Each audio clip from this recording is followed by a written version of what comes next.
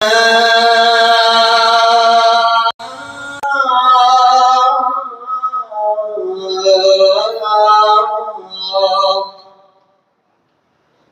على الفلاح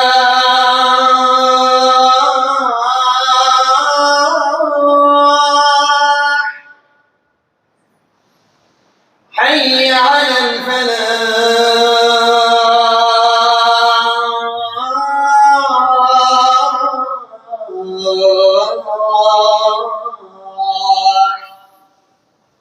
الله أكبر الله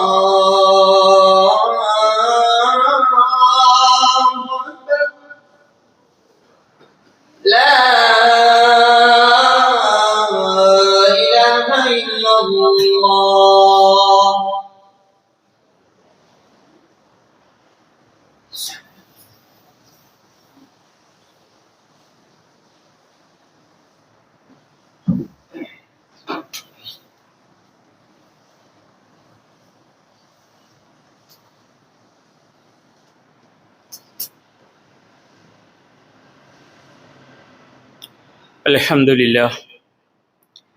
الحمد لله الذي هدانا لهذا وما كنا لنهتدي لولا أن هدانا الله نحمده ونستعينه ونؤمن به ونتوكل عليه ونعوذ بالله من شرور أنفسنا ومن سيئات أعمالنا من يهده الله فلا مضل له ومن يضلله فلا هادي له ونشهد أن لا إله إلا الله وحده لا شريك له ونشهد أن محمدا عبده ورسوله أرسله بالهدى ودين الحق ليظهره على الدين كله ولو كره المشركون.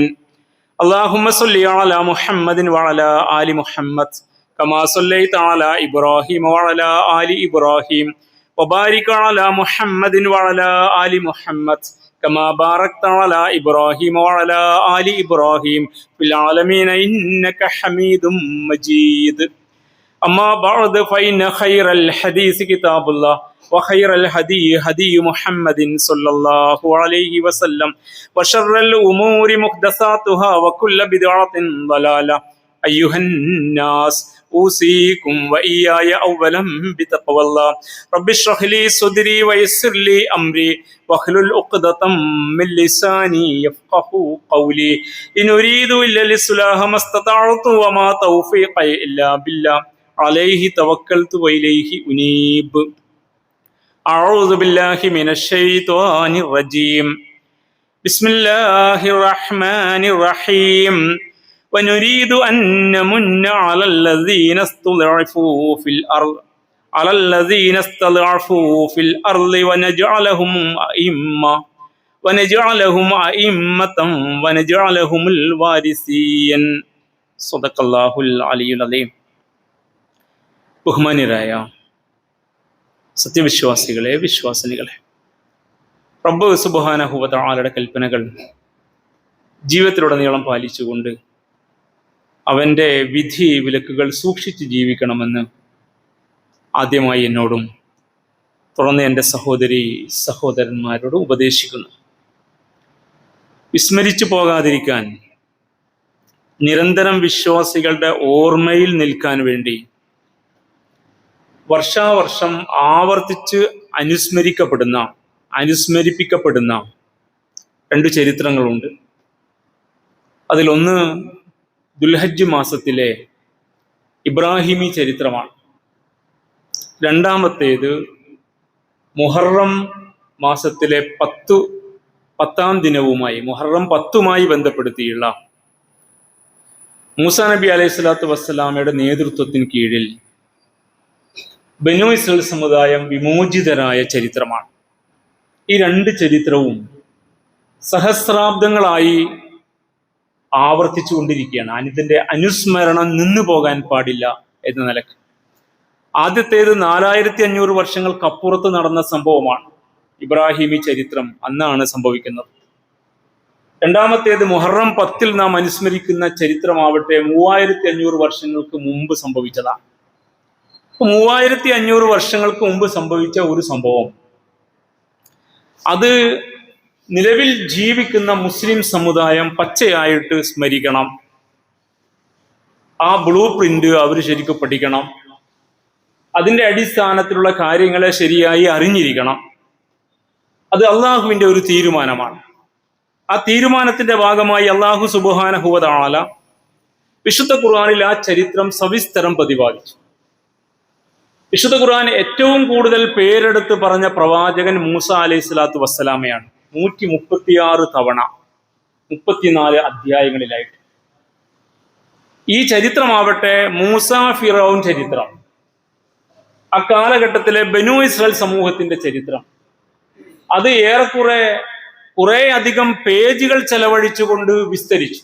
50 മുതൽ 60 വരെ പേജുകൾ വ്യത്യസ്ത അധ്യായങ്ങളിലായിട്ട് ഈ ചരിത്രം വിശദീകരിച്ചുകൊണ്ട് ഖുർആൻ നമ്മുടെ മുമ്പിൽ ഇങ്ങനെ അവതരിപ്പിക്കുകയാണ്. അപ്പൊ എത്രത്തോളം അതിന്റെ ഊന്നലുണ്ടെന്ന്, ആ വിഷയം എത്ര ഗൗരവത്തിൽ ഖുർആൻ പ്രതിപാദിക്കുന്നു എന്ന് മനസ്സിലാക്കി എത്രമേൽ സീരിയസ് ആയി ആ വിഷയം മുസ്ലിം സമൂഹം പഠിക്കേണ്ടതുണ്ട് എന്ന് ഇത് നമ്മെ ബോധ്യപ്പെടുത്തി തരികയാണ്. വെറുക്കപ്പെട്ട ഒരു ഭരണാധികാരിയാണ് ഫിറഔൻ. വെറുക്കപ്പെട്ട ഭരണാധികാരികളുടെ എണ്ണപ്പെരുക്കമുള്ള കാലമാണ് നാം ജീവിക്കുന്ന കാലം. അങ്ങനെ വെറുക്കപ്പെട്ട ആ ഭരണാധികാരിയുടെ പേര് അതൊരു പ്രതീകമാണ്. ഫിറഔൻ ഒരു സ്ഥാനപ്പേരാ, ഒരു വ്യക്തിയുടെ പേരല്ല, ഒരു രാജവംശത്തിന്റെ പേരാണ്. പക്ഷെ ഫിറഔൻ എന്ന പേര് ഖുർആൻ 74 തവണ 27 അധ്യായങ്ങളിലായിട്ട് പരാമർശിച്ചിരിക്കുന്നു. വെറുക്കപ്പെട്ട ഭരണാധികാരികൾ എത്രമേൽ നികൃഷ്ടരാണെന്നും അവിടെ ചെയ്തികൾ മനുഷ്യകുലത്തോട് എത്രമേൽ എതിരിട്ട് നിൽക്കുന്ന, മനുഷ്യകുലത്തിനെതിരായി നിൽക്കുന്ന, വേദവിരുദ്ധവും പ്രകൃതിക്ക് വിരുദ്ധവും പ്രവാചകന്മാരുടെ ഉത്ബോധക്ക് വിരുദ്ധവുമാണെന്ന് മനസ്സിലാക്കി തരുന്ന രീതിയിൽ ആ നാമത്തെയും അത്രയധികം തവണ ഖുർആൻ എടുത്തു പറഞ്ഞിരിക്കുന്നു. ഖുർആനിലെ ഒരു ആവർത്തനവും വൃഥാവിലല്ല. അതിലെ ഒരു പരാമർശത്തെയും വൃഥ ആയി മനസ്സിലാക്കാൻ പാടില്ല ഒരു വിശ്വാസം. അപ്പൊ ഇത്ര ഊന്നലോടുകൂടി മൂസാനുടെ പേര് ആവർത്തിച്ച് പറഞ്ഞിരിക്കുന്നു. ഈ വെറുക്കപ്പെട്ട ഫാസിസ്റ്റ് നാസിസ്റ്റ് സ്വഭാവം എല്ലാം ഉൾച്ചേരുന്ന ഒരു ഭരണകൂടത്തിന്റെ അധികാരവർഗത്തിന്റെ അധികാരിയുടെ ഭരണാധികാരിയുടെ പ്രതീകമായിട്ടുള്ള വ്യക്തിയെയും ഇത്രയും തവണ ആവർത്തിച്ചിരിക്കും. അങ്ങനെ ഈ ചരിത്രം ഇത്രയും കാലമായി തുടരുകയാണ്, ആ വിമോചനത്തിന്റെ ചരിത്രം. എന്നിട്ട് ആ ചരിത്രം നമ്മെ കൊണ്ട് വായിപ്പിക്കുകയാണ് ഖുർആൻ. അവിടെ കൊണ്ട് നിർത്തിയില്ല. ആ വിമോചനം നടന്ന മുഹറം 10 ദിനം അത്രമേൽ നാമുമായി ബന്ധപ്പെട്ട ഒന്നാണെന്ന് നമ്മെ ബോധ്യപ്പെടുത്താൻ ആ ദിനത്തിൽ നാം സുന്നത്ത് നോമ്പ് അനുഷ്ഠിക്കുകയാണ്. പ്രവാചകൻ തിരുനബി സല്ലല്ലാഹു അലൈഹി വസല്ലമ ആ നോമ്പ് അനുഷ്ഠിച്ചു. സഹാബാക്കളോട് അനുഷ്ഠിക്കാൻ ഉത്ബോധിപ്പിച്ചു. സുന്നത്ത് നോമ്പാണ്, മുഅക്കദായ സുന്നത്തായ നോമ്പ്. മദീന റസൂലുള്ളാഹി എത്തിയപ്പോ യഹൂദരും അന്നേ ദിനം നോമ്പെടുക്കുന്നു. തിരുനബി ചോദിച്ചു, എന്താ ഇത്, ഇവര് ഇന്ന് വ്രതമെടുക്കാൻ കാരണം? ഇബ്നു അബ്ബാസ് റളിയല്ലാഹു തആല അൻഹു പറയുന്നു, റസൂലുള്ളാഹി മദീനയിൽ വന്നപ്പോൾ അൽ യഹൂദ തസൂമു യൗമ ആശൂറ, ആശൂറ ഇന്നേ ദിനം, മുഹറം 10 ദിനം. ആശൂറയിൽ യഹൂദർ നോമ്പെടുക്കുന്ന കാര്യം റസൂലുള്ളാഹി കണ്ടു.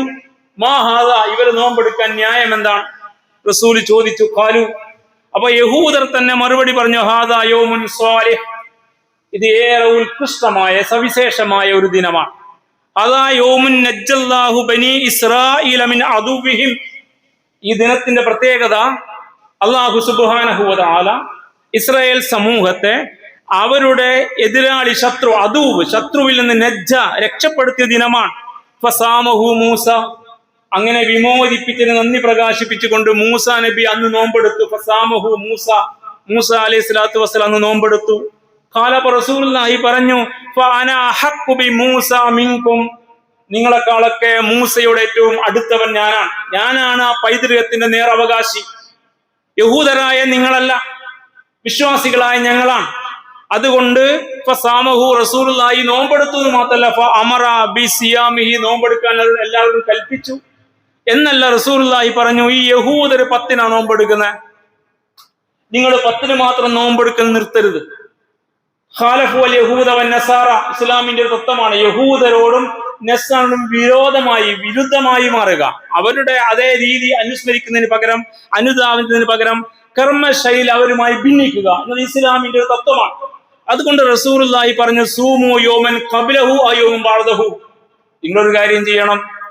ഒന്നുകിൽ നിങ്ങൾ മുഹറം 10 തൊട്ടുമുള്ള ദിവസം നോമ്പെടുക്കണം, താസുവ മുഹറം 9, അതല്ലെങ്കിൽ അത് ശേഷമുള്ള മുഹറം 11. ഇങ്ങനെ 2 ദിവസമാക്കണം നോമ്പ്. വിശ്വാസികളെ നമ്മൾ പഠിക്കേണ്ട ന്യായമത. മുഹറം 9ഉം 10ഉം സവിശേഷമായ നോമ്പാണ്. അങ്ങനെ 9ന് പറ്റിയില്ലെങ്കിൽ 11 കൂടി ചേർത്ത് 2 ദിവസം നോമ്പെടുക്കേണ്ടത് ഇസ്ലാമിലെ പ്രവാചകന്റെ സുന്നത്താണ്. റസൂലുള്ളാഹി അങ്ങനെ പറഞ്ഞു സൂമു യൗമൻ ഖബ്ലഹു വയൗമൻ ബഅദഹു ഖാലഫു വൽ യഹൂദ്. മുഹറം 10ന് നോമ്പെടുക്കുന്ന യഹൂദരുമായി എതിരായിക്കൊണ്ട് ഭിന്നിച്ചുകൊണ്ട് നിങ്ങൾ അതിന്റെ തലേ ദിവസം മുഹറം 9ന് കൂടി നോമ്പെടുക്കാൻ, 9ഉം 10ഉം. അതല്ലെങ്കിൽ 11ന് നോമ്പെടുക്കുക, 10ഉം 11ഉം.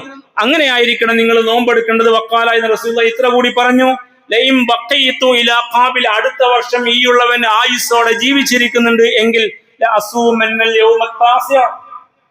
മുഹറം 9ന് കൂടി ഞാൻ നോമ്പെടുക്കാം. മുഹറം 9ന് നോമ്പെടുക്കുന്ന റസൂലുള്ളാഹി പ്രിഫറൻസ് കൊടുത്തത് കൊണ്ട് താസുവ ആഷൂറ സുന്നത്ത് നോമ്പായിട്ട് നമ്മൾ പരിഗണിക്കണം. ഇങ്ങനെ ഒരു ചരിത്രമുണ്ട്. എന്തിനാണ് ഇപ്പൊ ഈ നോമ്പിന്റെ ഫിഖ് പറഞ്ഞത്?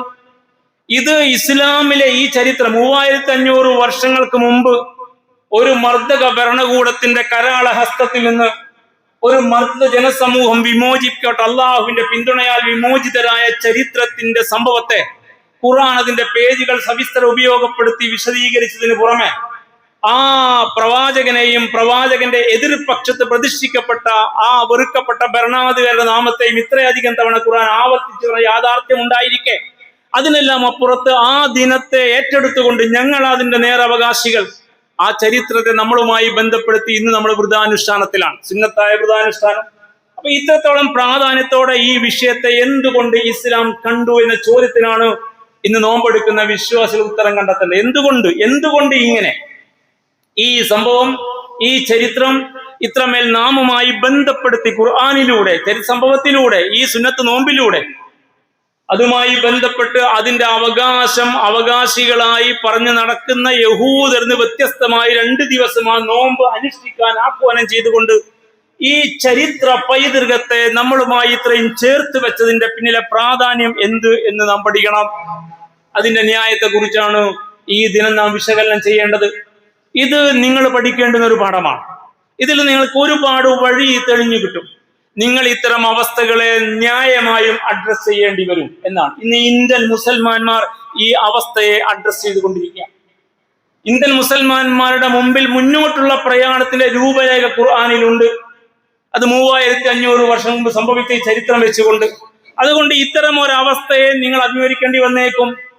കാരണം വെറുക്കപ്പെട്ട ഭരണാധികാരികൾ അവരുടെ വെറുപ്പ് മുഴുവനായ മുസ്ലിം സമുദായത്തിന് നേരെ തീർത്തു വെച്ച് അവരെ ഇല്ലാതാക്കാൻ അവർ ശ്രമങ്ങൾ നടത്തിക്കൊണ്ടിരിക്കും. ഇന്ത്യയിലെ ഇപ്പോഴത്തെ മുസ്ലിം സമൂഹം അനുഭവിക്കുന്ന ഭരണകൂട ഭീകരതയുടെ സ്ഥിതിവിശേഷത്തെ വിലയിരുത്തി ജനോസൈഡ് വാച്ചിന്റെ നിരീക്ഷണം ഇപ്പോൾ വംശീയ ഉന്മൂലനത്തിന്റെ 9ാമത് ഘട്ടത്തിൽ മുസ്ലിം സമൂഹം എത്തിയിരിക്കുകയാണ് ഇന്ത്യയിലെന്നാണ്.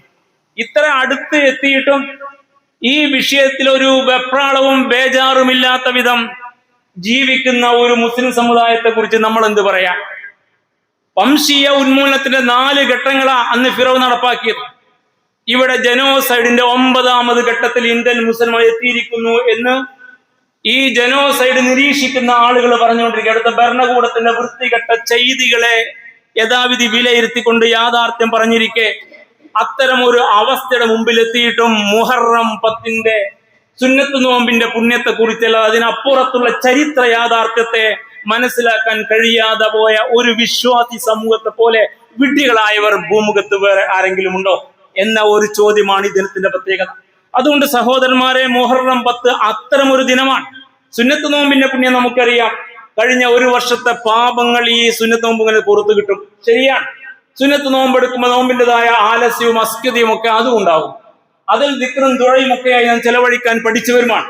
പക്ഷെ അതിനപ്പുറത്ത് നമ്മുടെ ഹൃദയത്തെ ത്രസിപ്പിക്കുന്ന, മസ്തിഷ്കത്തെ ചൂടുപിടിപ്പിക്കുന്ന, വൈകാരികതയും വൈചാരികതയും ഒരുപോലെ ഉണർത്തുന്ന, ചിന്തക്കും വികാരത്തിനും ഒരുപോലെ നാം കീഴ്പ്പെട്ടു പോകുന്ന വലിയ ഒരു ചരിത്രത്തെയാണ് ഈ ദിനവുമായി ബന്ധപ്പെടുത്തി ഖുർആൻ മുമ്പിൽ വെക്കുന്നത്. അതിൽ ഒരു ഭാഗം നിങ്ങൾ കേൾക്കുക. സൂറ ഖസസിലെ തുടക്കം ഖുർആൻ ഇങ്ങനെ പറയും, ത്വാസീം മീം തിൽക ആയാത്തുൽ കിതാബിൽ മുബീൻ. ഈ വ്യക്തമായ ദൃഢമായ ആയാത്തുകൾ ഈ ഗ്രന്ഥത്തിൻ്റെതാണ്. തിൽക ആയാത്തുൽ കിതാബ്, ഈ ഗ്രന്ഥത്തിന്റെ വചനങ്ങളിലാണ് ഈ ചരിത്രം പറഞ്ഞിരിക്കുന്നത്. അള്ളാഹുവിന്റെ ഗ്രന്ഥത്തിന്റെ ഗൗരവം അറിയുമെങ്കിൽ ആ ഗ്രന്ഥത്തിലെ ആയാത്തുകളിലാണ് ഈ ചരിത്രം അല്ല പറഞ്ഞത്. അൽ മുബീൻ, വളരെ വ്യക്തമായിട്ടാണ് ഈ ചരിത്രം പറഞ്ഞിരിക്കുന്നത്. നത്ലു അലൈക, ആ വചനങ്ങളിലൂടെ, ഈ ഗ്രന്ഥത്തിന്റെ വചനങ്ങളിലൂടെ നാം നിനക്ക് ഓതിത്തരുന്ന പ്രവാചകരെ, മിൻ നബഇ മൂസ, മൂസയുടെ വൃത്താന്തം, മൂസാ നബിയുടെ ചരിത്രം, ഫിറഔന്റെയും ചരിത്രം, ബിൽ ഹഖ്, തികഞ്ഞ യാഥാർത്ഥ്യത്തോടുകൂടി, കൃത്യമായ റിയാലിറ്റിയോടുകൂടി, ലിഖൗമി യുഅ്മിനൂൻ, വിശ്വാസികളായ ജനതയ്ക്ക് വേണ്ടി. നിങ്ങൾ അല്ലാഹുവിൽ വിശ്വസിക്കുന്നവരാണെങ്കിൽ നിങ്ങൾക്ക് വേണ്ടി, നമ്മൾ അല്ലാഹുവിൽ വിശ്വസിക്കുന്ന നമുക്ക് വേണ്ടി ഈ യാഥാർത്ഥ്യം ഖുർആൻ അതിന്റെ പേജുകളിലൂടെ, വചനങ്ങളിലൂടെ ഇങ്ങനെ ഓതിത്തരി. നത്ലു അലൈക മിൻ നബഇ മൂസ ഫിറഔന ബിൽ ഹഖ് ലിഖൗമി യുഅ്മിനൂൻ, ലിഖൗമിൻ യുഅ്മിനൂൻ, വിശ്വാസികളായ ജനതയ്ക്ക് വേണ്ടിയാണ്. അപ്പൊ ഇതൊരു പാഠത്തെ ശരിക്കും അവതരിപ്പിക്കുക, സ്വോദ്ദേശപരമായ അവതരണം, കൃത്യമായ ഊന്നലുള്ള ആവർത്തനം, അതതിന്റെ ഗൗരവത്തിൽ മനസ്സിലാക്കാൻ സാധിക്കുന്ന ഒരു ജനതയാണിത് ഓതുന്നത്, വായിക്കുന്നത് എന്ന ബോധ്യത്തിലാണ് അവതരിപ്പിക്കുന്നത്. അതുകൊണ്ട് പ്രവാചകരെ ഈ സംഗതി പറയാം. എന്താ ഈ വൃത്താന്തത്തിന്റെ ചുരുക്കം? അടുത്ത ആയത്തിൽ ഇന്ന ഫിറഔന അലാ ഫിൽ അർദ്, ഭൂമിയിൽ ഔദത്യം സ്ഥാപിച്ചു. ഈ പറയുന്ന ഫിറഔൻ ഭരണാധികാരിയായി തന്റെ രാഷ്ട്ര അതിർത്തിക്കകത്ത് മുഴുവൻ സംവിധാനത്തിന് മുകളിൽ അവൻ ഉയർന്നു നിന്നു. ഔദത്യം പ്രഖ്യാപിച്ചു. ഇന്ന ഫിറഔന അലാ ഫിൽ അർദ്, എന്നിട്ടോ അവൻ ആ സമൂഹത്തെ മൊത്തം കീഴിലാക്കിയിട്ട് വജഅല അഹ്ലഹാ ശിയഅ, അവിടുത്തെ ജനവിഭാഗത്തെ പരസ്പരം തമ്മിലടുപ്പിച്ചു. ഇതാണ് ചെയ്ത പണി. ഈ പണിയാണ് ഇവിടെ നടന്നുകൊണ്ടിരിക്കുന്നതും ഭംഗിയായി ഇപ്പോഴും നടന്നുകൊണ്ടിരിക്കുന്നതും. തമ്മിലടിപ്പിച്ചു. അതുകൊണ്ട് ഇവിടെ ഈ കൊച്ചു കേരളത്തിൽ വരെ ഐക്യ ആഹ്വാനങ്ങൾ ഉണ്ടായി. ഹിന്ദു സമൂഹത്തിലെ മുഴുവൻ ജാതിയും ഒന്നിക്കണമെന്ന് പറഞ്ഞപ്പോ നമുക്കത്ര കുഴപ്പം തോന്നിയില്ല. പക്ഷെ ആ ജാതിയും നസ്രാനികളും ഒന്നിക്കണം എന്ന് പറഞ്ഞ മുസ്ലിങ്ങൾ പൂർണ്ണമായും മാറ്റത്തിന് കേരളത്തെ വിളിച്ചു പറഞ്ഞു. ആ ചരിത്രം നമുക്കറിയാം. ഈ കൊച്ചു കേരളത്തിൽ ഇത്രത്തോളം പ്രബുദ്ധതയുണ്ടെന്ന് അവകാശപ്പെടുന്ന ഇടത്ത് വരെ നടന്നുവെങ്കിൽ അതിനപ്പുറത്തെ അവസ്ഥ മനസ്സിൽ കാണാൻ ബുദ്ധിയുള്ളവർക്ക് പറ്റും. അതിന്റെ തിക്ത യാഥാർത്ഥ്യങ്ങൾ ഇപ്പോൾ നിരന്തരമായി വന്നുകൊണ്ടിരിക്കുന്ന കാലമാണ് നമ്മൾ ജീവിക്കുന്ന കാലം, ഇന്നും ഇന്നലെയും ഉൾപ്പെടെ. നിങ്ങളെ കയ്യിലുള്ള പാസ്പോർട്ട് പോലും പൗരത്വ രേഖയല്ല എന്ന് പറയുമ്പോ നിങ്ങൾ ഇവിടുത്തെ പൗരന്മാരെ തെളിയിക്കാൻ നിങ്ങളുടെ കയ്യിൽ ഒരു രേഖയുമില്ല. നിങ്ങളുടെ ആധാറോ റേഷൻ കാർഡോ നിങ്ങളുടെ ഇലക്ഷൻ ഐഡിയോ ഒന്നും നിങ്ങൾ ഇന്ത്യൻ പൗരനെ തെളിയിക്കാൻ ഞങ്ങൾ സമ്മതിക്കൂല എന്ന് പറഞ്ഞാൽ, ഞങ്ങൾ ആരെ പൗരന്മാരായി സമ്മതിക്കുന്നുവോ അവരെ പൗരന്മാരാകുന്നു പറയുന്നിടത്ത് ഒരു ജനത എത്തിപ്പെടുന്ന നിസ്സഹായ അവസ്ഥയുടെ ചൂടും ചൂരും ഇപ്പോഴും ഹൃദയ മസ്തിഷ്കത്തിലേക്ക് കയറിപ്പോകാത്ത, അവരെ ചലിപ്പിക്കാത്ത ഈ സമുദായത്തോട് ഈ ചരിത്രം പറഞ്ഞിട്ട് വല്ല കാര്യവുമുണ്ടോ എന്ന് ചിലപ്പോൾ നമുക്ക് തോന്നിപ്പോകും. അപ്പൊ ഇത്രയും ദുരന്തത്തിന്റെ മുമ്പിലാണ് മുഹറം 10 ഈ യാഥാർത്ഥ്യ ഖുർആൻ പഠിപ്പിക്കുന്ന അലാ ഫിൽ അർള്, അവൻ ഭൂമിയിൽ അങ്ങ് ഉയർന്നു നിന്നിട്ട് ഔദത്യം പ്രഖ്യാപിച്ചിട്ട് ആ സമൂഹത്തെ വജഅല അഹ്ലഹാ ശിയഅ, ആ സമൂഹത്തെ അവൻ തുണ്ടം തുണ്ടമാക്കി മുറിച്ചു എന്ന് പറഞ്ഞാൽ രണ്ട് ഭാഗമാക്കി. ഭൂരിപക്ഷ സമൂഹവും ന്യൂനപക്ഷ സമൂഹം, കിബിത്തികളാകുന്ന കോപ്റ്റിക് അവര് ഭൂരിപക്ഷ സമൂഹം, അത് ഞങ്ങൾ എന്ന് പറയുന്ന. മറുഭാഗത്ത് അവിടെയുള്ള ബനൂ ഇസ്രായേൽ സമൂഹമാണ്, മുസ്ലിം സമൂഹം, അവർ അപരരാണ്. അങ്ങനെ അപരവൽക്കരണത്തിന്റെ ആ കൃത്യമായ രീതി അവിടെ കൊണ്ടുവന്നു. എന്നിട്ട് അവരിൽ ഒരു വിഭാഗത്തെ അവൻ അങ്ങനെ ദുർബലരാക്കി എന്ന് പറഞ്ഞാൽ എന്താ നിങ്ങൾ മനസ്സിലാക്കിയത്? അവരെ പൗരത്വരഹിതരാക്കി, രാഷ്ട്രരഹിതരാക്കി.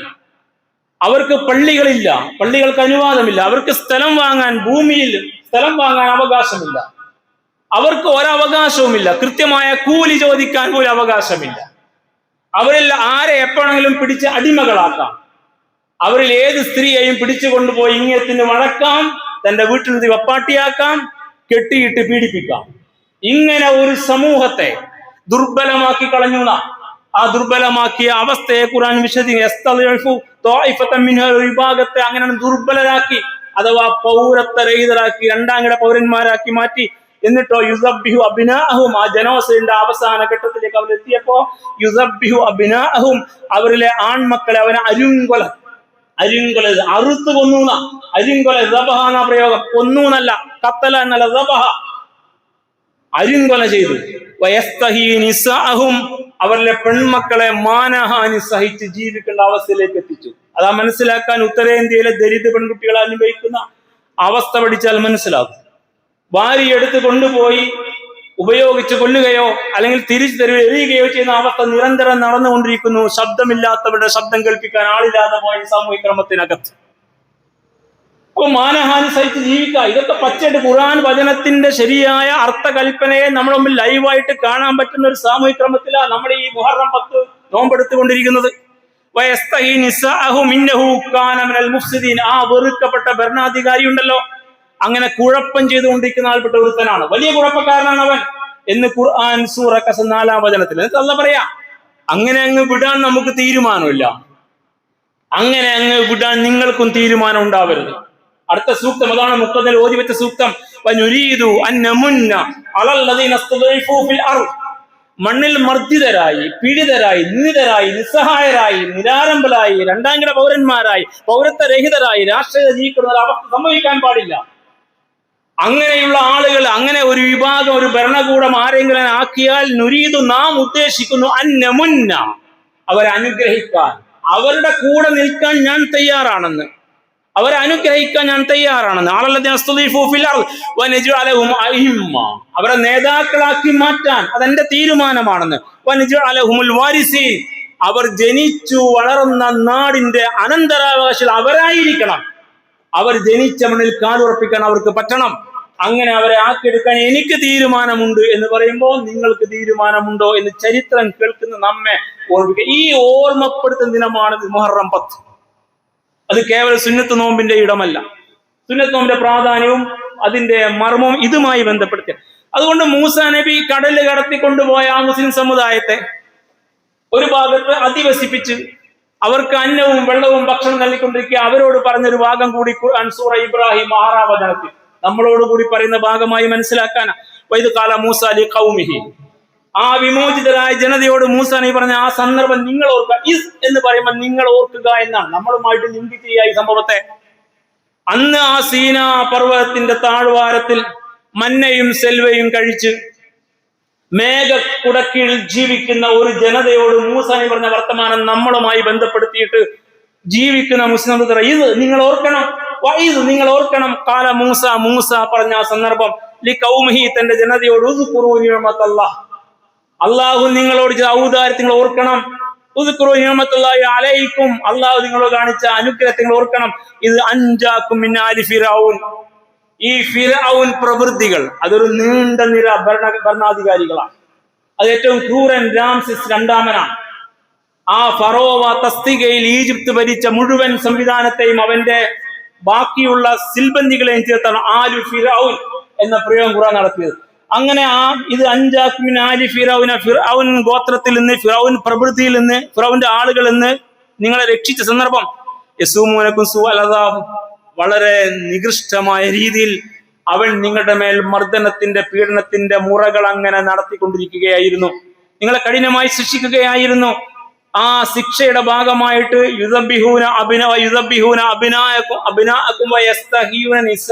നിങ്ങളുടെ ആൺമക്കളെ കൊന്നുകളയുകയും പെൺമക്കളെ മാനഹാനി സഹിച്ച് ജീവിക്കുന്ന അവസ്ഥയിൽ ജീവിക്കാൻ അനുവദിക്കുന്ന അവസ്ഥയിലാണ് അവൻ സൂഅൽ അദാബി, കഠിനമായ ശിക്ഷ നടപ്പാക്കിക്കൊണ്ടിരുന്നത്.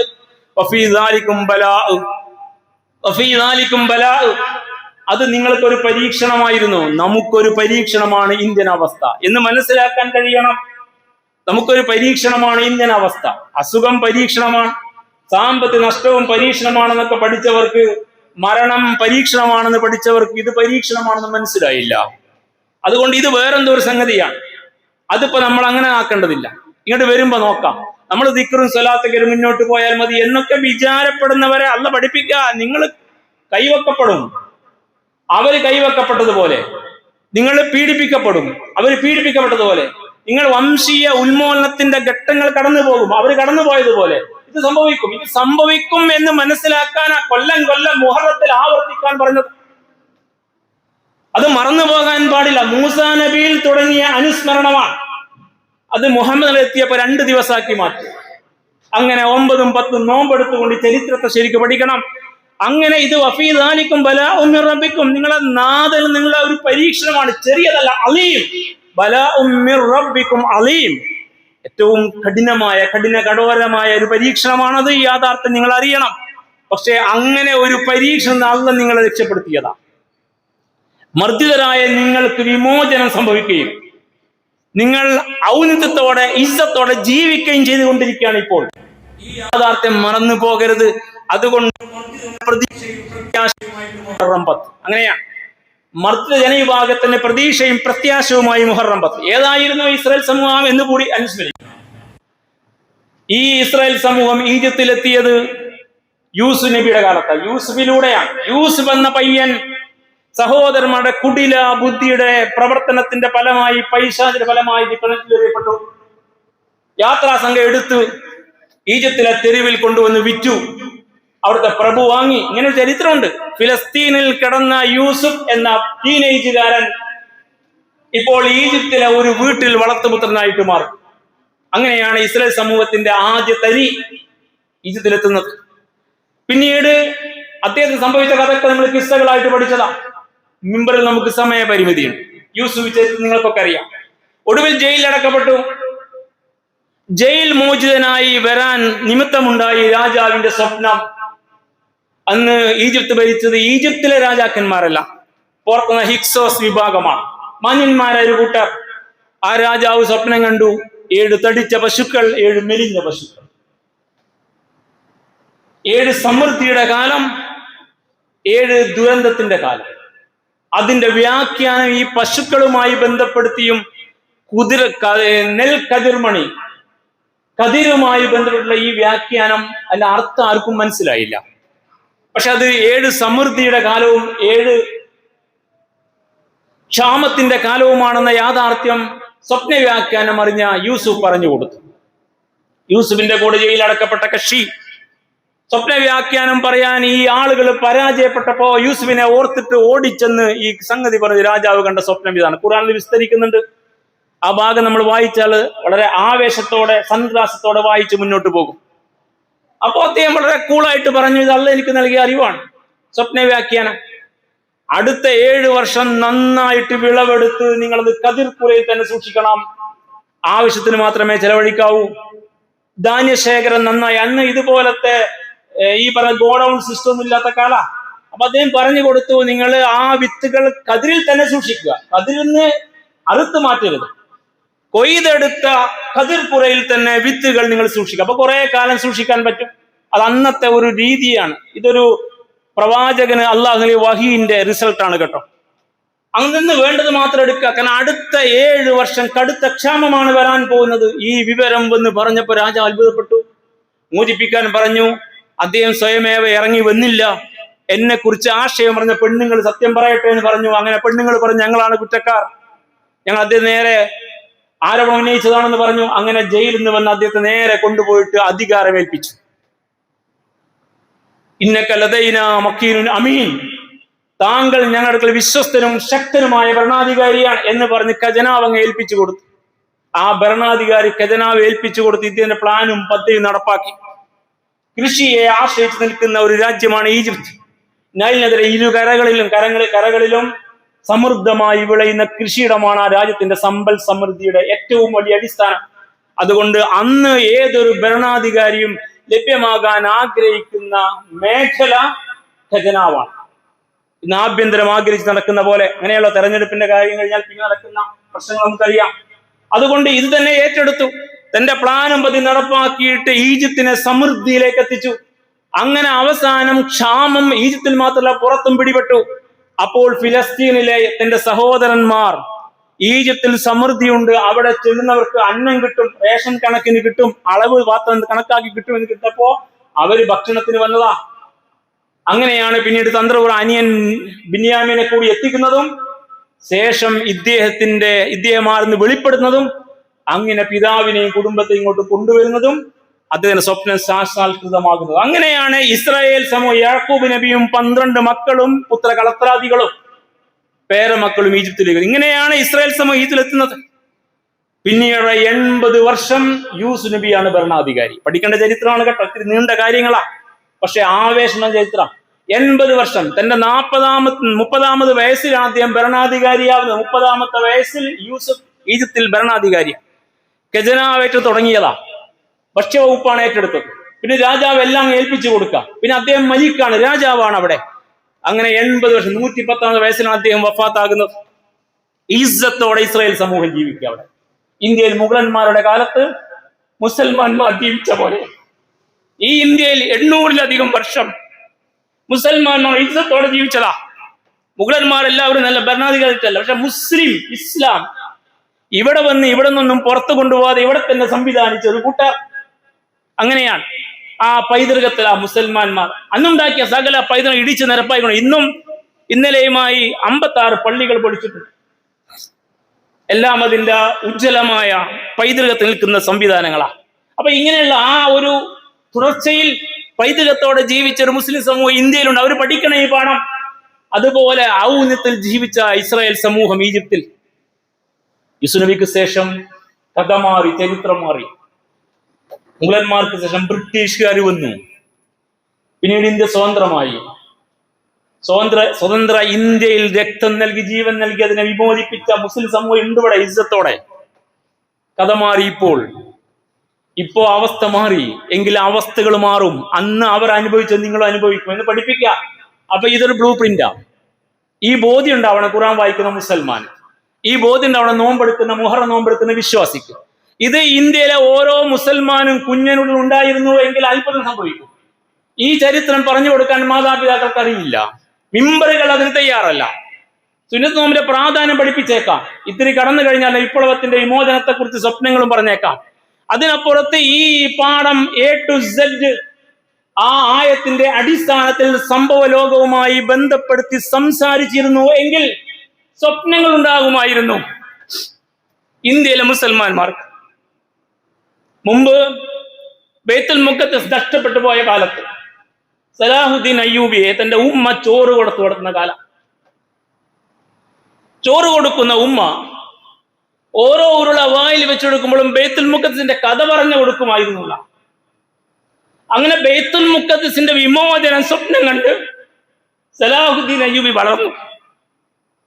ആ സ്വപ്നം പിന്നീട് വിപ്ലവമായിട്ട് മണ്ണിൽ പുലർന്നു. ബൈത്തുൽ മുഖദ്ദസിന്റെ വിമോചനം സാധ്യമാക്കിയ അദ്ദേഹം.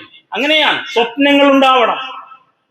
ഉരുട്ടി കൊടുക്കുന്ന ഉരുളയിൽ ഇസ്ലാമിന്റെ ശരിയായ ഗാഥ ചരിത്രം പഠിപ്പിക്കാൻ കഴിവുള്ള മാതാപിതാക്കളില്ലാതെ പോയി. മൊബൈല് തുറന്നു വെച്ച് എനിക്ക് ഇഷ്ടമുള്ള സൈറ്റിൽ കയറി നോക്കിക്കൊണ്ടിരിക്കെ വായിൽ കൊടുക്കേണ്ട ചോറ് മൂക്കിൽ കയറ്റുന്ന ഉമ്മമാരുടെ കാലത്താണ് നമ്മൾ ജീവിക്കുന്നത്. ഓർമ്മ വേണം. ഇവിടെയാണ് തെറ്റുപറ്റിയത് നമുക്ക്. അവിടെയാണ് വലിയ അബദ്ധങ്ങൾ നമുക്ക് സംഭവിച്ചത്. മക്കളെ അടുത്ത് കിടത്തിയിട്ട് കഥ പറയാൻ ബാപ്പമാർക്ക് സമയമില്ല. തെരുവിൽ നിന്ന് തിരിച്ചു വന്നാൽ പിന്നെ അവന്റെ മൊബൈൽ ലോകത്താ. മക്കളെ അടുത്തിരുത്തി പേരമക്കളെ കൂടെ കഥ പറഞ്ഞു കൊടുക്കാൻ പറ്റണം. അങ്ങനെയെങ്കിൽ ഈ ചരിത്രങ്ങൾക്ക് വലിയ അത്ഭുതങ്ങൾ സംഭവിപ്പിക്കാൻ കഴിയുമായിരുന്നു. തുർക്കിയിൽ ഖിലാഫത്തിന്റെ ചരമം പ്രഖ്യാപിക്കപ്പെട്ട നാടാ. അവസാനത്തെ ഖലീഫ അവിടെയായിരുന്നു, ഉസ്മാനിയ ഖിലാഫത്തില്. കമാൽ അത്താതുർക്ക് എന്ന മുസ്ലിം നാമധാരിയായ ഒറ്റുകാരൻ. ഇന്ന് ഒരുപാട് ഒറ്റുകാരുണ്ടായ കാലമാണ്. ആ ഒറ്റുകാരൻ ബ്രിട്ടന്റെയും ഫ്രാൻസിന്റെയും കൂടെ നിന്ന് ഈ പറയുന്ന അവസാനത്തെ ഖലീഫയെ ഇല്ലാതാക്കിയിട്ട് ഖിലാഫത്തിന്റെ നാശം പ്രഖ്യാപിച്ചു. അവിടെ പള്ളികൾ ഉണ്ടായില്ല. തുർക്കിയിൽ പള്ളികളെല്ലാം ബാർ ഹോട്ടലുകളും നൃത്തശാലകളുമായിട്ട് മാറി. കുറെ എണ്ണം ഗോഡൌണാക്കി മാറ്റി. മദ്രസകളില്ല. വെള്ളിയാഴ്ച ജുമ നിർവാഹം പാടില്ല. ബാങ്ക് അറബിയിൽ പാടില്ല. അത് പുറത്തേക്ക് കേൾക്കാനും പാടില്ല. ഇങ്ങനെയൊക്കെ ഒരു വല്ലാത്ത അവസ്ഥയിലേക്ക് കൊണ്ടുപോയ തുർക്കി 10 ആണ്ടിപ്പുറത്ത് അത്ഭുതകരമായി തിരിച്ചു വന്നല്ലോ. ചരിത്രം നിങ്ങൾ പഠിക്കൂ. അങ്ങനെ തിരിച്ചു വരാൻ കാരണം അവിടുത്തെ യുവാക്കളായിരുന്നു. യുവാക്കൾ നമുക്കുമുണ്ട്. യുവാക്കൾ ഈ സദസ്സിലും കുറേയേറെ. പന്ത് കളിക്ക് ഉറക്കമളച്ച് ഉറക്കച്ചടവിൽ ഇരുന്നാൽ ഉറക്കം തൂങ്ങിപ്പോകുന്ന അവസ്ഥയിൽ എത്തിപ്പെടുന്ന യുവാക്കളെ കുറിച്ചല്ല ഈ പറയുന്നത്. അതിനപ്പുറത്ത് അവിടെ വളർന്ന യുവാക്കൾ, അവരെ കുറിച്ച് ഒരിക്കൽ ഉർദുഖാനോട് അദ്ദേഹത്തിന്റെ അധികാരത്തിന്റെ ആദ്യകാലത്ത് ഒരു പാശ്ചാത്യൻ പത്രക്കാരന്റെ ചോദ്യമുണ്ട്, നിങ്ങൾക്ക് എങ്ങനെ സാധ്യമായി ഇത്? ഇത്രയും കാലം ഇങ്ങനെ ഇസ്ലാമിന്റെ ഒരു അടയാളം പോലും മണ്ണിൽ പാടില്ലാത്ത വിധം അതിനെ ഉന്മൂലനം ചെയ്യപ്പെട്ട ഒരു ഭൂമികയിൽ നിങ്ങളുടെ കൂടെ ഇത്രയും ആളുകൾ ഇങ്ങ് ഒന്നിച്ചു നിന്നുകൊണ്ട് നിങ്ങളെ കൂടെ നിൽക്കാൻ കഴിയുന്ന വിധത്തിലേക്ക് ഇതെങ്ങനെ സാധ്യമായി? പള്ളിയില്ലാത്ത, മദ്രസയില്ലാത്ത, വായലും ഉറുദിയും സാധ്യമല്ലാത്തൊരു സാമൂഹിക ക്രമത്തിൽ അദ്ദേഹം പറഞ്ഞ മറുപടി, ഞങ്ങളുടെ സ്ത്രീകൾ എന്നാണ്. ഞങ്ങളുടെ ഉമ്മമാർ ഞങ്ങളുടെ കുട്ടികൾക്ക് ഞങ്ങളുടെ ചരിത്രം പറഞ്ഞു കൊടുക്കും. ഞങ്ങൾ ആരാണ്, എന്താണ്, ഞങ്ങൾ എന്തിനു വേണ്ടിയാണ് എന്ന് പറഞ്ഞു കൊടുക്കും. അങ്ങനെ പള്ളിയില്ലാത്ത, മദ്രസയില്ലാത്ത, ഇതുപോലെ മിമ്പറിൽ ഖുത്ബ നടക്കാത്ത ഒരു നാട്ടിൽ വീട്ടകത്ത് ഇസ്ലാമിന്റെ സുന്ദരമായ സ്വപ്നത്തെ, ആ വിപ്ലവ ആവേശത്തെ, ആ ശൂര വീരത്വത്തെ, അതിന്റെ ആദർശ തനിമയെ, അതിന്റെ പൊലിമയെ, അതിന്റെ സംസ്കാരത്തെ, സാംസ്കാരിക തനിമയെ, അതിനോടുള്ള മതിപ്പിനെ, ബഹുമാനത്തെ, അതിനുള്ള മഹബത്തിനെ, സ്നേഹത്തെ ആ ഉമ്മമാർ ഞങ്ങളുടെ മക്കളുടെ മനസ്സിൽ വരച്ചിട്ടു. അവസരം ഒത്തു വന്നപ്പോൾ അത് വലിയ വിപ്ലവമായിട്ട് മാറിയതാ. ഇങ്ങനെയാവണം ഇന്ത്യയിലെ മുസൽമാന്മാർ. അതുകൊണ്ട് ഇവിടെയുള്ള സോഷ്യൽ മീഡിയ പറയുകയും പന്തുകളിയുടെ പറയുകയൊക്കെ ചാടി നടക്കുന്നവർ അറിയണം, പാകത്തിനൊക്കെ ചാടാം. പക്ഷെ ഈ ചാട്ടം വല്ലാതെ പോയാൽ ഈ ജനൂസയുടെ ഇരകളായിട്ട് മാറാതെ നിങ്ങൾ ഒരിക്കലും വിമോചിതരാവില്ല. അപാഠമാണ് ഈ പാഠം. ഇത് അധികം പറയേണ്ട വർത്തമാനങ്ങളാണ്. അതുകൊണ്ട് യൂസുഫ് നബിയുടെ കാലത്ത് ഇസ്സത്തോടെ ജീവിച്ച ആ കൂട്ടർ പിന്നീട് ഏകദേശം 4 നൂറ്റാണ്ടിപ്പുറം എത്തിയപ്പോഴേക്ക്, യൂസുഫ് നബിക്ക് ശേഷം 200 അല്ല 400 അത്രയും കാലം പിന്നീട് അവിടെ ഭരിച്ചത് ആ നാട്ടുകാരായ ഫറവോമാരാണ്. 30-40 ഫറവോമാർ ഭരണം നയിക്കുന്ന കാലഘട്ടത്തിൽ ചരിത്രം വിശദമായിട്ട് പഠിച്ചാൽ നമുക്ക് മനസ്സിലാവും.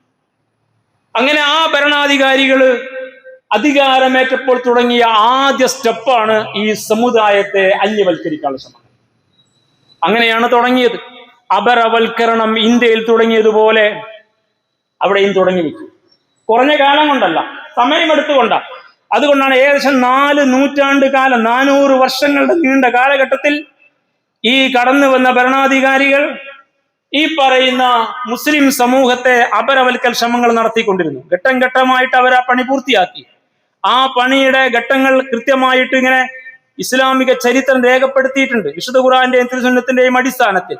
അതിൽ ആദ്യഘട്ടം അവര് മുസ്ലിം സമൂഹത്തോടുള്ള വെറുപ്പും വിദ്വേഷവും പ്രകടിപ്പിക്കാൻ തുടങ്ങി. അങ്ങനെ വിദ്വേഷത്തിന്റെ, വെറുപ്പിന്റെ, മുസ്ലിം എന്നതൊരു പ്രശ്നമാണ്, മുസ്ലിം ഐഡന്റിറ്റി ഒരു പ്രശ്നമാണ്, ആ രീതിയിലേക്ക് കാര്യങ്ങൾ കൊണ്ടുപോയി. അതിനുശേഷം അത് മുന്നോട്ട് പോയി ഏറെക്കുറെ ഇങ്ങനെ ക്ലച്ച് പിടിച്ചു വന്നപ്പോ അതിനനുസൃതമായിട്ട് അവർ ഈ സമൂഹത്തിന്റെ പൗരത്വപരമായ അവകാശങ്ങളെ ഹനിക്കാൻ ഉതകും വിധം അവരെ നിർബന്ധപൂർവ്വം ഫോഴ്സ്ഡ് ലേബേഴ്സ് ആക്കി മാറ്റിയ ഫോഴ്സ്ഡ് ലേബേഴ്സ്. ഇന്ത്യൻ അവസ്ഥയിൽ അപരവൽക്കരണം ഭംഗിയായി നടന്നു, വിദ്വേഷം വെറുപ്പും നടന്നു. അതുകൊണ്ട് മുസ്ലിം ഐഡന്റിറ്റി പോലും പ്രശ്നമാണ്. അത് പശുവിന്റെ പേരിലൊക്കെ ആയാലും കൊല ചെയ്യപ്പെടുന്ന അവസ്ഥയിലേക്ക് എത്തി. അങ്ങനെ നിങ്ങൾ പൗരത്വരഹിതാക്കപ്പെടുന്നതോടുകൂടി നിങ്ങൾ അങ്ങ് ഇന്ത്യ വിട്ട് പോകേണ്ടി വരുന്നു വിചാരിക്കണ്ട. നിങ്ങൾ ഇവിടെ ഫോഴ്സ്ഡ് ലേബേഴ്സ് ആയിട്ട് മാറും. അതാണ് ചരിത്രം. എൻസ്ലൈവ്മെന്റ് എന്നാണ് അതിനെ കുറിച്ച് പറയാം. അടിമത്തവൽക്കരണം. ഈജിപ്തിലെ പിരമിഡുകളുടെ, ഈജിപ്തിലെ കെട്ടിടങ്ങളുടെ, ഈജിപ്തിലെ നഗരങ്ങളുടെ, ഈജിപ്തിലെ എടുപ്പുകളുടെ നഗരവൽക്കരണത്തിന്റെ ഭംഗിയുടെ ഭാഗമായുള്ള, ഭംഗി കൂട്ടുന്ന പ്രവർത്തനത്തിന്റെ ഒക്കെ ഭാഗമായി കൂലി കൊടുക്കാതെ പണിയെടുപ്പിക്കുന്ന ചീപ്പസ്റ്റ് ലേബേഴ്സ് ആയിട്ട് അടുത്ത മുസ്ലിം സമുദായം മാറ്റപ്പെട്ടു. ഇതായിരുന്നു ആ അപരവൽക്കരണത്തിന്റെ അടുത്ത ഘട്ടം എന്ന് കൃത്യമായിട്ട് ചരിത്രം രേഖപ്പെടുത്തിയിരിക്കുക. അങ്ങനെ ഈ സമൂഹം ആ നാട്ടിൽ അടിമകളായ ഗുണം എന്താന്ന് വെച്ചാല് പിന്നെ അവകാശങ്ങളൊന്നുമില്ല, കൂലിയില്ല, അവകാശങ്ങളുമില്ല. അവിടെ സ്ത്രീകളെ പിടിച്ചു കൊണ്ടുപോയാൽ നോക്കി നിൽക്കാനേ പറ്റൂ. അതെല്ലാം അങ്ങനെ ഭംഗിയായിട്ട് നടന്നു. ആ ആസനന്റെ 3ാമത് ഘട്ടം എത്തിയപ്പോഴാണ് ജനോസൈഡ് തുടങ്ങിയത്. അവിടെയാണ് ആൺമക്കളെ കൊല്ലാൻ തുടങ്ങിയത്. ചരിത്രം എത്ര കൃത്യമാണെന്ന് ആലോചിച്ച് നോക്കൂ. കൊന്നുകൊണ്ടിരിക്കുക, ഇവിടെ മോബ് ലിഞ്ചിങ് നടന്നുകൊണ്ടിരിക്കുക. ഗുജറാത്ത് കലാപം മുതൽ ഇങ്ങോട്ട് ഒരുപാട് കലാപങ്ങൾ വരെയും. അപ്പൊ ഇങ്ങനെ ഇതെല്ലാം കൂടി ചേർന്ന് സമ്മിശ്രമായിട്ട്, ഇവിടെ ഘട്ടങ്ങളില്ല, ഇവിടെ എല്ലാം കൂടി ചേർന്നിട്ട് സമ്മിശ്രമായിട്ട് ഇന്ത്യയിൽ നടന്നുകൊണ്ടിരിക്കുന്നത്. അങ്ങനെ ഇരിക്കെ കൊന്നുകൊണ്ടിരിക്കുമ്പോൾ ഒരു പ്രശ്നം ഉണ്ടായി. ഇങ്ങനെ ഈ ആൺമക്കളൊക്കെ കൊന്നാൽ പണിയെടുക്കാൻ ആണുങ്ങൾ ഉണ്ടാവില്ല. അപ്പൊ അതിലൊരു അഡ്ജസ്റ്റ്മെന്റ് വരുത്തിയെന്ന. എന്താ അഡ്ജസ്റ്റ്മെന്റ്?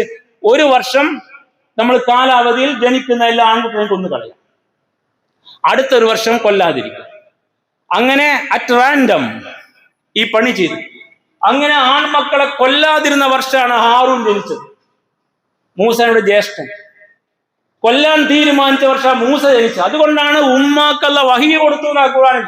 ആയത്തിലേക്ക് കിടക്കാൻ സമയമില്ല, നിങ്ങൾ പഠിക്കണം. താല്പര്യമുള്ളവർ പഠിച്ചാൽ നിങ്ങൾക്ക് ഇന്ത്യയെ മനസ്സിലാകും, ഇന്ത്യൻ അവസ്ഥയിൽ നിങ്ങൾക്ക് നിലപാടുകൾ ഉണ്ടാകും, നിങ്ങൾക്ക് സംസാരിക്കാൻ നാവ് പൊങ്ങും, ഭയമില്ലാത്ത അവസ്ഥയിൽ നിങ്ങൾ കരുത്തരായിട്ട് മാറും. ഈ ചരിത്രത്തിൽ അങ്ങനെ ഒരു ഗുണമുണ്ട് കേട്ടോ.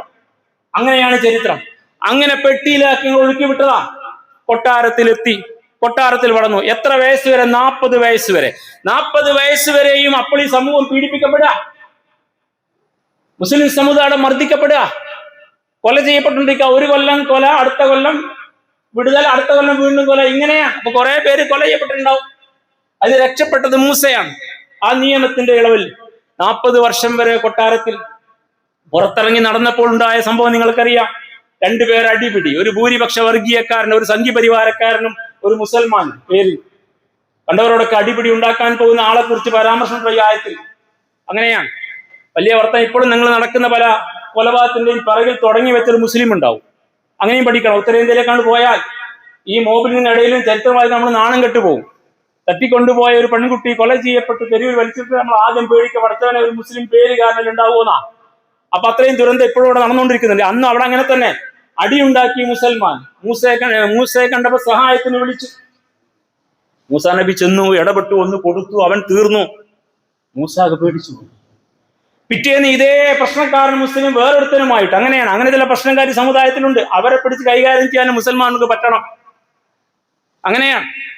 അവൻ സഹായിച്ച മൂസ പോയില്ല. അപ്പൊ ഇന്നലെ വന്നിട്ട് ഇന്ന് നീ മാറിക്കളഞ്ഞൂലേന്ന് അവന്റെ നാവിന്ന് പുറത്തു വന്നപ്പോഴാ ഇന്നലെ ഞങ്ങളെ ആളെ കൊന്നത് മൂസയാണെന്ന് പുറത്തായത്. അങ്ങനെ പേടിച്ച് മൂസ നാട് വിട്ടുപോയതാ. 10 കൊല്ലം മദിയയിലെ ഷുഐബ് നബിയുടെ മകളെ കല്യാണം കഴിച്ചു. മഹറിന്റെ കാലാവധി തീരും വരെ ആട് മേയിച്ച് 10 കൊല്ലം നാട്ടിലേക്ക് തിരിച്ചു വരിക. 50 വയസ്സായ മൂസ അലൈഹി സ്വലാത്തു വസ്സലാം സീനാപുരത്ത് നുബുവത്ത് കിട്ടുക. ഇത് അബീല ഫിറഔന ഇന്നഹു തഗ, അതിക്രമം ചെയ്യുന്ന അവന്റെ അടുക്കലേക്ക് പോ എന്ന് അള്ളാഹ്.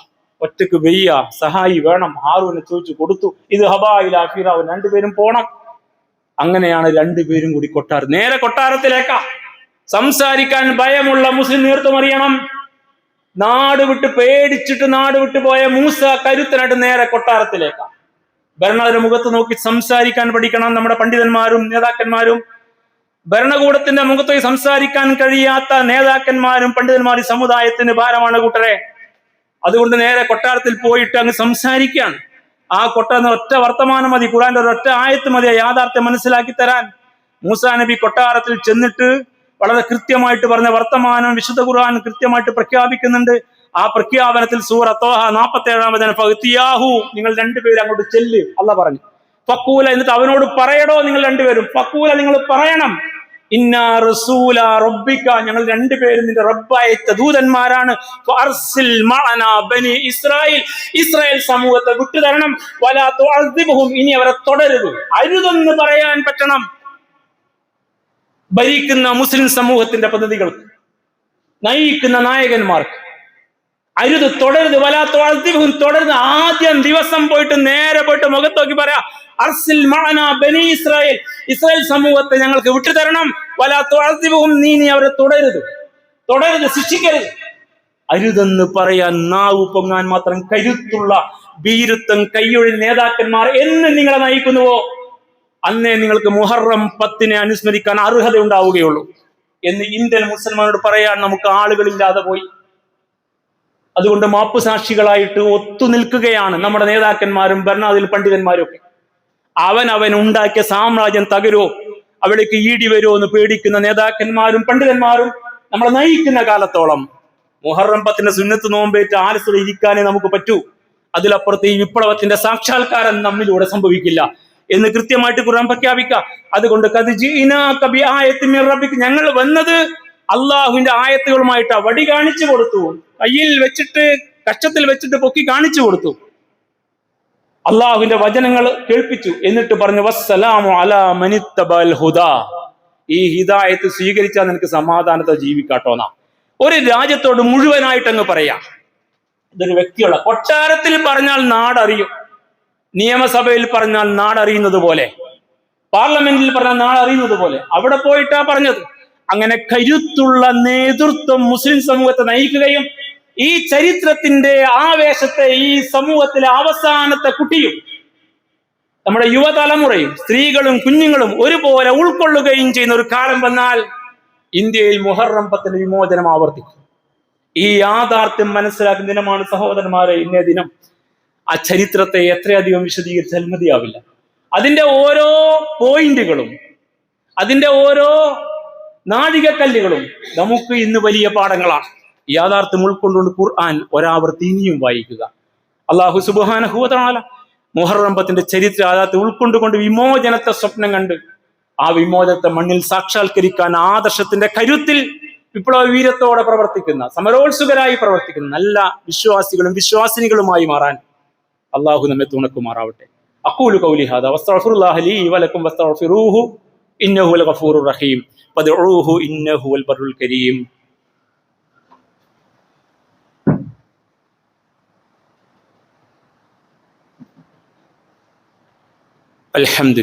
അൽഹംദുലില്ലാഹി റബ്ബിൽ ആലമീൻ.